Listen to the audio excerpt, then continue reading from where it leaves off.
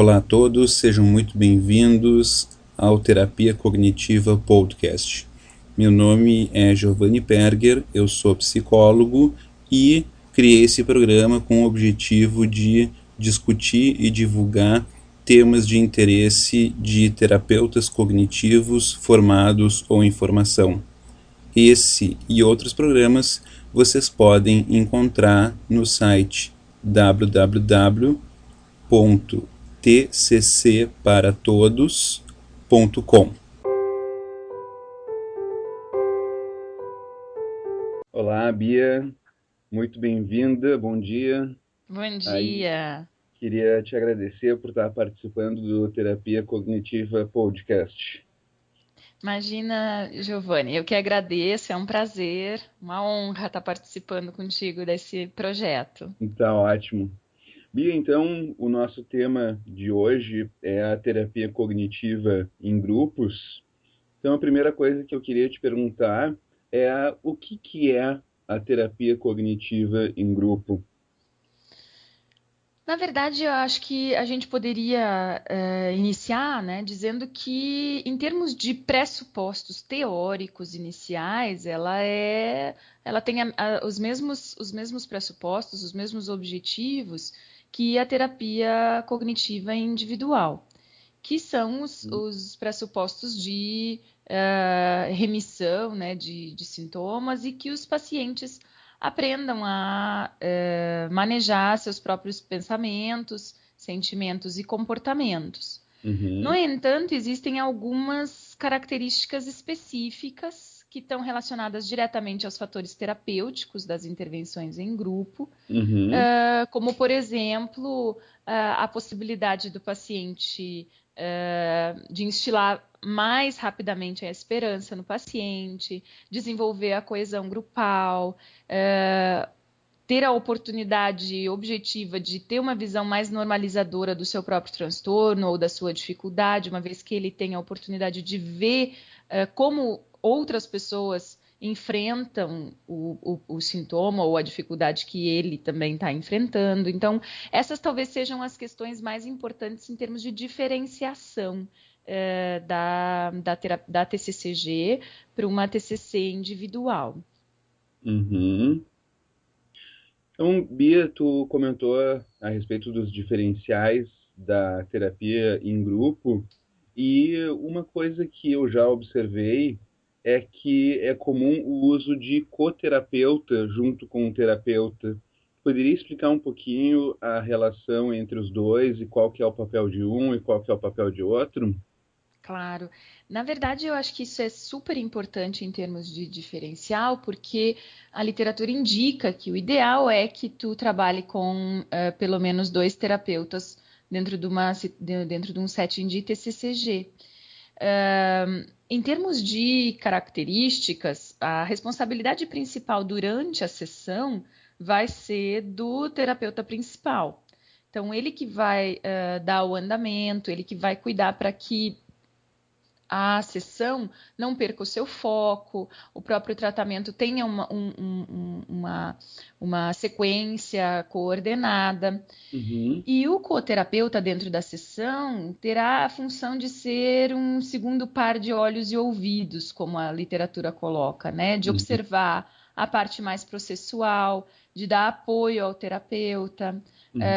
Em caso de não haver um observador destinado para o fim de anotar as falas durante a sessão, o coterapeuta também pode ter essa função. Mesmo quando a gente faz sessões gravadas, é desejável que se faça anotação de algumas falas, porque isso acaba auxiliando no próprio andamento durante a sessão. Porque a gravação acaba ajudando muito em termos pedagógicos, em termos didáticos, para os terapeutas escutarem a sessão depois, mas durante a sessão, muitas vezes, tu precisa de um novo direcionamento e essas anotações acabam ajudando bastante.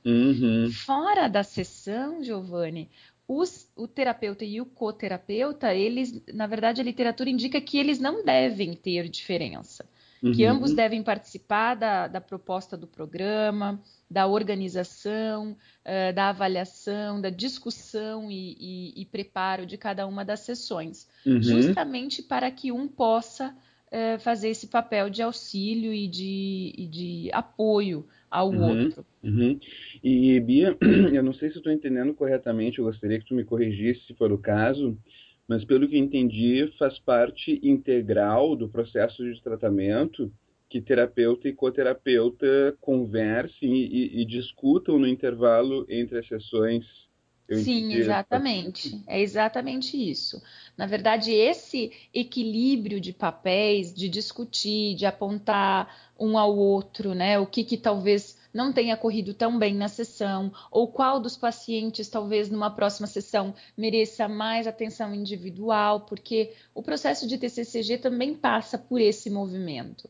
Até Uhum. que ponto eu dou mais atenção individualizada para o paciente naquela sessão e até que ponto eu coletivizo mais as intervenções. Então, Uhum. esse movimento entre os terapeutas é fundamental. A Uhum. literatura até diz que é o movimento de afinar essa dupla, né? De afinar esse trabalho entre os dois que vai fazer a diferença, muitas vezes, entre o sucesso e o insucesso de uma dupla terapêutica. Uhum. Ok. E tu tinha mencionado antes, Bia, a respeito de, pelo que eu entendi, seria um terceiro na Exato. sessão que é o observador, é isso? Exato. No laboratório, nós utilizamos a figura do observador muito num sentido de olhar para aquela ideia do Bandura de aprendizagem por observação, né? Uhum.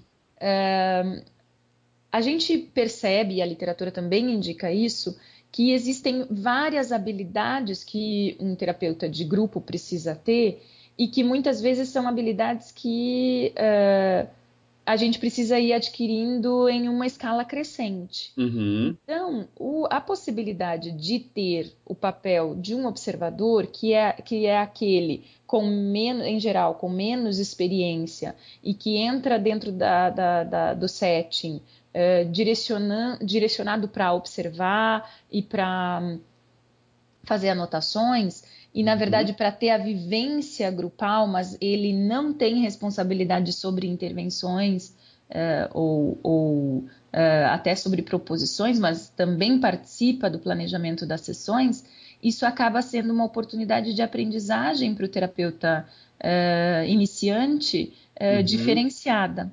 Então, esse é o grande foco, né? Pensar numa escala crescente de responsabilidades e de envolvimento na sessão, de forma que esse futuro terapeuta de grupo tenha uma formação continuada. Uhum. Bia, uma coisa que nós escutamos como uma vantagem importante da terapia em grupo é a questão de poder atender um número maior de pessoas, o que pode ser entendido eventualmente como sendo aquela coisa de fazer a fila andar, de simplesmente Sim, fazer em grupos para atender mais pessoas.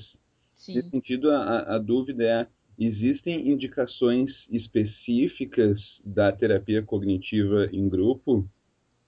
Sim, na verdade existe até uma literatura vasta considerando intervenções em grupos terapêuticos, né? Porque a gente tem várias modalidades de grupos e Uhum, isso acaba também impactando sobre algumas características específicas. uhum, Mas em termos de indicações específicas, né, como tu está me questionando, vai depender muito de qual transtorno. Então, por exemplo, existem transtornos em que tu tens a possibilidade de até ter um número um pouco maior de participantes. Já outros transtornos, a literatura vai indicar que tu deveria estar trabalhando no máximo com 5 pessoas, por exemplo, de cada vez. Então, em algumas situações, tu pode chegar até a 8, 10 pessoas, e em outras, tu vai trabalhar no máximo com 5 pessoas. Claro uhum, que, definitivamente, 5 pessoas é muito mais do que uma, né? Então, existe mesmo essa vantagem de um maior número de pessoas serem beneficiadas de uma intervenção específica. Uhum. O que a gente precisa lembrar é que o TCCG preconiza uma intervenção baseada em um programa. Uhum. Então, esse programa ele precisa ser muito bem organizado e muito bem balizado para que tu tenha como terapeuta e inclusive os participantes do grupo tenham uma clareza muito grande sobre qual é o foco daquele grupo. Então é Uhum. muito comum uma pessoa estar no grupo, mas paralelamente estar num atendimento individual para outras demandas, porque o grupo Uhum. vai se direcionar especificamente para uma demanda ou duas demandas direcionadas. Então, isso é uma Uhum. outra coisa bem importante, Uhum. porque mesmo sendo um grupo terapêutico, ele vai se diferenciar dos grupos tradicionais, o grupo de TCC, ele vai se diferenciar pelo fato de que a gente tem um programa e a gente tem uma intervenção com início, meio e fim pré-organizada em geral, com Uhum. raras exceções em algumas modalidades, que precisa ser obedecida. Uhum. Sim. E Bia, tu falou em modalidades, né? E tu citou o exemplo aí dos grupos terapêuticos. Poderia explicar um pouquinho o que são essas modalidades aí? Em TCCG, a gente encontra 4 modalidades comumente, então, que são a modalidade de apoio, a modalidade de psicoeducação, a modalidade de orientação e ou treinamento e a modalidade terapêutica. Uhum. Cada uma dessas modalidades vai ter especificidades em termos de tempo, em termos de como tu vai desenhar esse programa e principalmente em termos de objetivo, o que é que tu quer alcançar. Uhum. Além disso, a gente não pode esquecer que também, a partir disso, né, do objetivo, tu vai saber que tamanho esse grupo pode ter para Uhum. alcançar esse teu objetivo. Então, por Uhum. exemplo, no caso de grupos de apoio, tu tens aí a função, né, de fomentar uma mudança que já está instalada. Então, por exemplo, pessoas que já venham de um tratamento para um transtorno crônico, elas nesse momento estão em remissão, por exemplo, parcial, ou então nesse momento elas não estão em crise, então elas Uhum. podem se beneficiar de um grupo de apoio. Ou mesmo cuidadores de pessoas com algum transtorno, que pode ser até um transtorno mental ou não, pode ser um outro tipo de dificuldade. Uhum. Por Né? exemplo. Por exemplo, como a gente já fez, grupo de mães de crianças em reabilitação física. Então, crianças Uhum. com algum tipo de problema de locomoção e tal. E as mães, enquanto é meio um grupo de sala, como se fosse um grupo de sala de espera, né? Uhum. Então aí tu tem esses cuidadores têm a oportunidade de discutir as demandas relacionadas os desafios, né, de ter uma criança, de ter um filho com esse tipo de dificuldade. Uhum. Uhum. O muito importante nos grupos de apoio e que na verdade na nossa área, na área de TCC-G, é o grupo, é a modalidade de grupo que menos a gente tem literatura, mas essa literatura está crescendo, é a possibilidade, primeiro, de tu ter um número maior, então tu pode ter até mais de 15 participantes num grupo de apoio, numa mesma sessão. Outra Uhum. coisa interessante é que ele é a única modalidade que a literatura em TCCG sugere que seja aberto, né? Uhum. Porque as outras modalidades a literatura sugere que sejam fechados ou até indica que necessariamente sejam fechados, dependendo da modalidade. E Bia, tu podia só dar uma breve explanação do que é um grupo aberto e um grupo fechado? Claro, um grupo aberto, então, a cada sessão, tu permite que outras pessoas participem do grupo. Então, não necessariamente toda a sessão vão ser as mesmas pessoas que vão estar participando desse grupo. Uhum. Num grupo fechado, não. Num grupo fechado, se houver uma desistência, não há uma reposição de participantes Uhum. e não é nem permitido, mesmo que não houvesse desistência, não é permitido que, uma vez começado o grupo, que novos integrantes sejam aludidos ao grupo. Então, Uhum. isso é uma das principais diferenças, né, entre Ótimo. grupo fechado e grupo aberto. Uhum. E Bia estava falando das características, das modalidades, né? Então estava mencionando do grupo de apoio. Poderia dar Sim, uma descrição das características das outras modalidades também? claro. No caso do grupo de psicoeducação, eles são grupos direcionados mesmo, como o próprio nome já diz, né, para orientação e identificação de determinado sintoma ou dificuldade. Então, eles são grupos, em geral, fechados, com programas curtos, que não se estendam além de 4 a 6 sessões. Eles também, dependendo do que especificamente tu está psicoeducando, eles podem ter até mais de 15 pessoas, mas a literatura sugere que se trabalhe com um limite aí em torno de 15 pessoas. Uhum. E eu acho que principalmente a possibilidade mesmo dos pacientes identificarem uma determinada dificuldade neles mesmos a partir do conhecimento que eles passam a ter sobre aquele sintoma. Uhum. Já o que a gente poderia dizer em termos de diferencial num grupo de orientação ou treinamento?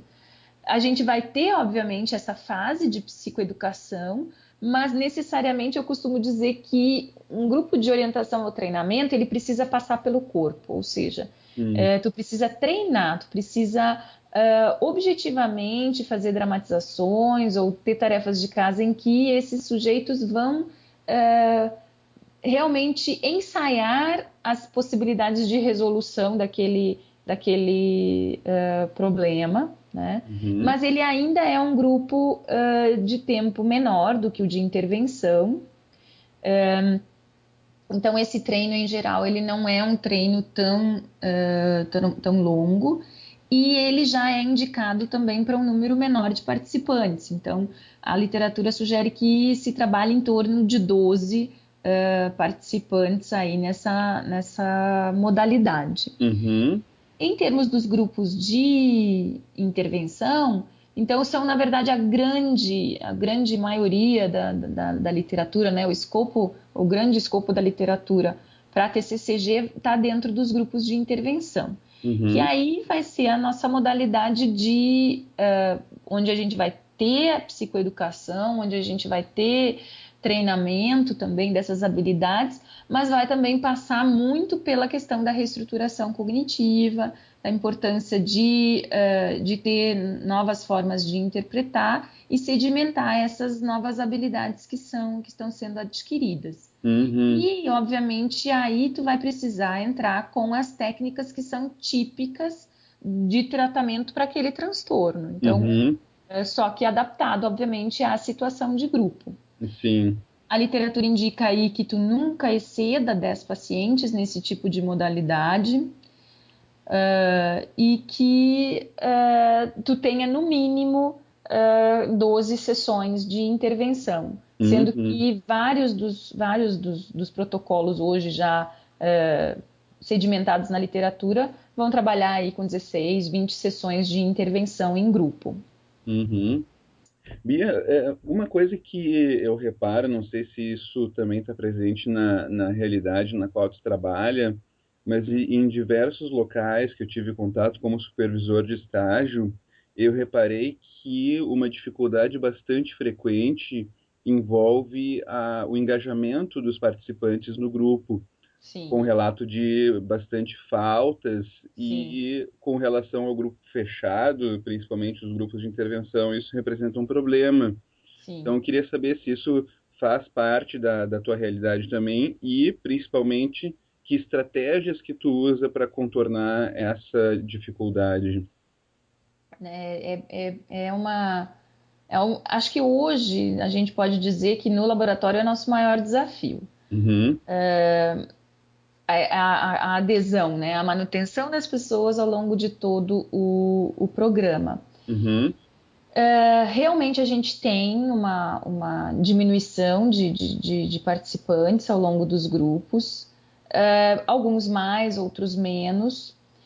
A gente tem passado muito pela questão do contrato terapêutico, e Uhum. eu acho que uma outra coisa muito importante que a gente vem utilizando nos últimos tempos é a questão da seleção e da adequabilidade dessas pessoas ao processo de grupo. Uhum. Talvez num primeiro momento essa seleção seja o grande diferencial. Uhum. Observar o quanto essa pessoa, na verdade, se adequa a uma situação de grupo.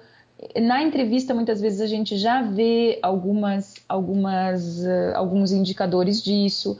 Por exemplo, pacientes que têm uma tendência à tangencialidade do discurso, eles têm uma tendência ou a dificultar o trabalho do terapeuta em termos de manutenção e foco do grupo, e muitas vezes eles acabam se ressentindo e a partir disso não dando continuidade no tratamento, porque eles não vão achar essa audiência que vá, de repente, estar disposta a acompanhar essa tangencialidade. Por exemplo, esse é um exemplo de coisas que eu poderia sugerir que os terapeutas em TCCG procurem por isso no discurso, na entrevista. Outra coisa que eu acho que é bem importante é que tipo de grupo é esse que tu tá montando e, dependendo, que tu tenha intervenções preparatórias para esse grupo. Algumas sessões individuais nas quais tu vais poder fazer uso de estratégias de resolução de problemas, estratégias de entrevista motivacional, mesmo para preparar essas pessoas para a mudança e preparar essas pessoas para o que elas vão encontrar no grupo. E isso tem feito diferença nos grupos que a gente faz. Outra coisa que parece muito, talvez pareça muito básico, mas que a própria literatura indica, é que vários grupos eles se beneficiam de coisas muito simples, como, por exemplo, um pequeno lanche ao final da sessão. Isso acaba fazendo diferença, não que as pessoas vão ao grupo por causa do lanche, mas na nossa cultura, pelo menos, a questão de ter algum snack, né, no final, de ter alguma bolachinha e um suco, um pedaço de bolo e um café, são coisas que fazem diferença em termos de adesão nos adultos. Nas crianças, a gente usa muito a economia de fichas adaptada para o grupo, em que a gente direciona a economia de fichas tanto para uma motivação individual, ou seja, a cada uma das crianças e cada um dos adolescentes tem a sua pontuação individual, mas principalmente voltando para a pontuação do grupo, ou seja, os pontos individuais das crianças e dos adolescentes servem para que o grupo ande num tabuleiro ou num jogo ou em qual modalidade tu tiver organizada essa economia de fichas. E isso acaba sendo extremamente motivador para as crianças e para os adolescentes. Tanto é que a gente tem adesão muito boa nas escolas, dos grupos que a gente faz nas escolas. Já com adultos a gente pena um pouco mais, né? Sim. Mas essas coisas que eu comentei, elas acabam aumentando bastante a adesão. A adesão. E tu comentou também que faz um trabalho bastante envolvendo o contrato com os participantes adultos. Isso. Poderia explicar um pouquinho como é que isso é feito? Na verdade, a gente relembra as coisas que a gente comentou com que a gente contratou com uma certa frequência. Então, assim como a gente faz com as crianças, que a gente fica retomando o contrato, a gente faz isso de uma forma, obviamente, não lúdica, né? Mas de uma forma tranquila, não ameaçadora, com os adultos também. Então, a clareza do porquê que a gente precisa, né, obedecer as coisas que a gente combinou. Então, a coisa de chegar no horário, a coisa de que um certo número de faltas vai ser aceito, mais do que isso, inviabiliza o grupo. E até a ideia de tentar criar uma identidade de grupo, porque isso acaba fazendo diferença na hora da adesão mesmo. Então, a gente retoma isso, por exemplo, pequenas coisas, atender celular, por exemplo, chegar atrasado, por exemplo, faltas, então que as faltas precisam ser justificadas. E cada vez mais a gente está vendo que a gente acaba se tornando mais eficiente, mais claro na Uhum. colocação desse contrato. E as pessoas acabam aderindo mais. Aham. E Bia, pensando numa situação bem prática, assim, vamos supor Sim, que isso seja, né, alertado e daqui a pouco, durante um grupo, um participante, ele atende o celular ou pega o celular para ficar tá. brincando, algo assim. Como é que é manejado essa situação? Então, se isso é uma coisa que a gente está mais no início, né, do grupo, em geral isso vai gerar uma conversa em separado ao final do grupo. Uhum, Olha, eu percebi isso e isso, né? O que está acontecendo? Tem alguma coisa que eu possa te ajudar? Os terapeutas se colocam mais à disposição para verificar o que está acontecendo. uhum, Se isso é uma coisa que sistematicamente, né, que começa a ser mais sistemático, aí precisa, como eu brinco, fazer DR mesmo. aham, Retomar no grupo, dizer, gente, a gente tinha combinado, vejam que isso acaba influenciando, acaba atrapalhando, o que a gente pode fazer. Passa um uhum, pouco também a responsabilidade para o grupo de dar sugestões, de se colocar em relação a isso que está acontecendo. Então, isso uhum, tem que ser manejado muito dentro daquele contexto, né? uhum, ok. E pensando no caso, vamos, né, pensar num ouvinte nosso que esteja pensando e que se interesse em se desenvolver como um terapeuta cognitivo de grupo. Uhum. Que habilidades ou características tu colocaria como importantes de um terapeuta de grupo possuir? Bom, eu acho que a principal delas é se, se mover bem em grupo, né? Ter Uhum, uma certa facilidade, ou pelo menos estar disposto a desenvolver essa habilidade, e aí talvez isso vá demandar uma intervenção prévia nele mesmo, né? No sentido uhum, de desenvolver a habilidade de se mover em grupo. O que eu quero dizer com isso? Por exemplo, não se sentir tão ameaçado numa situação grupal.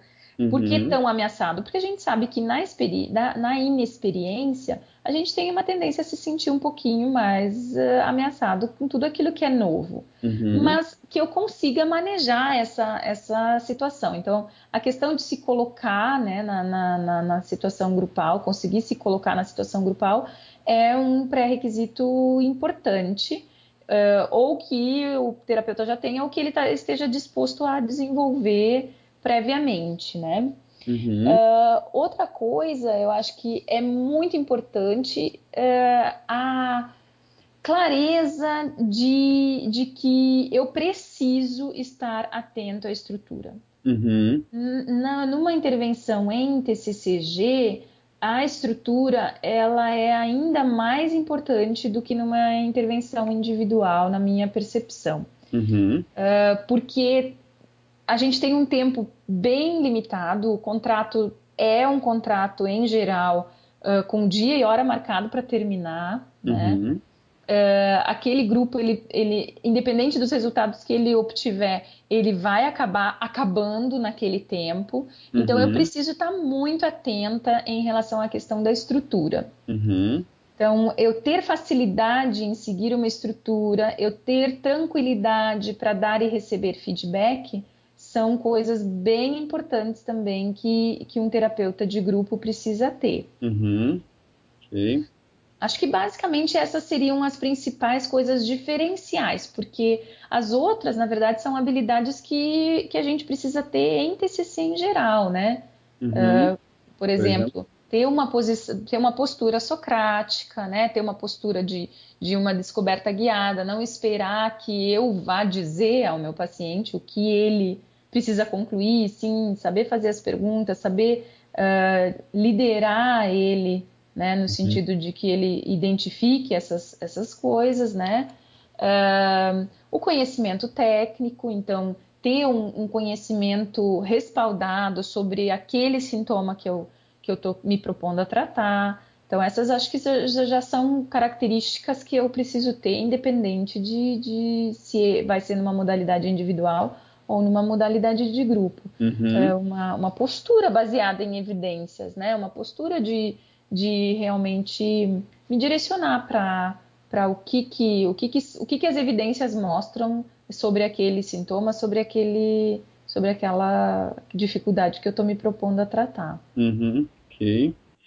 Então, Bia, tem, né, mais alguma coisa para acrescentar, além desses dados que tu já comentou a respeito? Não, acho que é assim, de uma forma geral, acho que a gente conseguiu é, tangenciar bem o tema, né? Então acho que não, Giovanni. Ah, ótimo. E Bia, para finalizar, então, tu como sendo a atual presidente da Federação Brasileira de Terapias Cognitivas, queria que tu pudesse falar um pouco do maior evento em terapia cognitiva que vai acontecer agora em abril, né, que é o Congresso Brasileiro de Terapias Cognitivas. Tu podia dar uma Sim, palavrinha a respeito? claro, é um prazer, Giovanni. Até agradeço a oportunidade de estar comentando um pouquinho sobre o Congresso. Bom, então o Congresso vai ocorrer de 10 a 14 de abril, em Ribeirão Preto. E a gente está com uma programação muito diversificada, muito rica, em termos de apresentações e convidados, né? O, Uhum, o tema do congresso é terapia cognitiva da pesquisa à prática, e eu uhum, acho que isso é uma coisa bastante interessante da gente olhar e para os terapeutas cada vez mais também estarem observando essa necessidade da gente conhecer mais o que é que tem sido feito em termos de pesquisa. Inclusive, como convidado internacional que vai estar ministrando um workshop, nós estamos contando com a presença do David Clark, que é o David Clark que publica na área de ansiedade com Beck, né? E ele vai estar ministrando um workshop sobre intervenções em pensamentos repetitivos, ruminação de pensamento, no primeiro dia do evento. uhum, Além dele, a gente tem outros convidados internacionais. Nós temos dois convidados de Portugal. Um deles vai estar um que são o Paulo Machado e o Miguel Gonçalves. uhum, Um deles vai estar se direcionando mais para os aspectos relacionados aos transtornos alimentares, de uma perspectiva construtivista. E o outro vai estar falando sobre novas metodologias que ele está utilizando nas intervenções e nas pesquisas dele, em uma perspectiva da terapia cognitiva narrativa, que também a uhum. gente acaba tendo menos oportunidade de ouvir pessoas falando sobre essas modalidades, né, de terapias cognitivas. Uhum. A gente Ótimo. conta também, eu acho que vai estar bem rico, bem diferente, assim. A gente conta também com a presença do Congresso, desculpa, do presidente do Congresso Mundial, né, que vai estar falando sobre aspectos relacionados à terapia sexual. Temos Uhum. também dois convidados da Argentina, cada um deles falando sobre aspectos distintos. Então, a Cláudia Bregman vai estar falando sobre aspectos relacionados à relação terapêutica, enquanto o Julio Camerini vai estar falando de terapia racional, emotiva, comportamental. Então, oportunidades mesmo de posições teóricas e de intervenções variadas dentro das terapias cognitivas, que é, na verdade, a missão estatutária da FBTC, né? Fortalecer o máximo possível de diferentes modalidades das terapias cognitivas. Ótimo. Sem considerar o tanto de convidados nacionais que a gente vai Nacionais. ter, que eu não vou nem me Uhum. aventurar a fazer a lista, porque Claro, eu vou esquecer de alguém com e certeza. isso não seria justo, né? É, e são, com certeza, são nomes de bastante calibre aí, por assim Sim, dizer. com E certeza. embora tenha o link no site do TCC para todos, Bia, quem estiver nos Sim. ouvindo e quiser acessar diretamente a programação do Congresso, como é que deve fazer?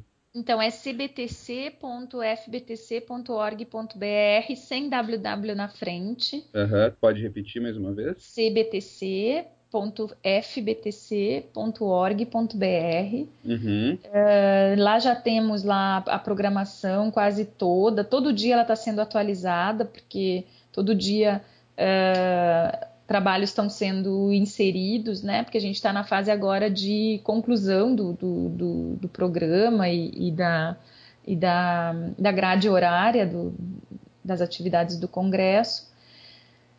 Além disso, a gente então vai ter essa programação científica bem intensa, mas a gente não pode esquecer que essa também é uma festa de aniversário, né? Uhum. A FBTC está fazendo 15 anos e a gente tem muito o que comemorar, né? Os nossos 26 sócios fundadores se transformaram aí em mais de 1.500 pessoas hoje, que são o número de associados que a FBTC tem hoje. Uhum. Então, isso realmente é um número expressivo, apesar de que a gente acredita que temos até mais do que isso em termos de pessoas trabalhando com TCC no Brasil, mas de qualquer forma já é um número bastante importante, né, de pessoas associados que a FBTC tem. Então, a gente vai ter aí uma rica programação cultural, social também. A gente quer incentivar as pessoas à convivência,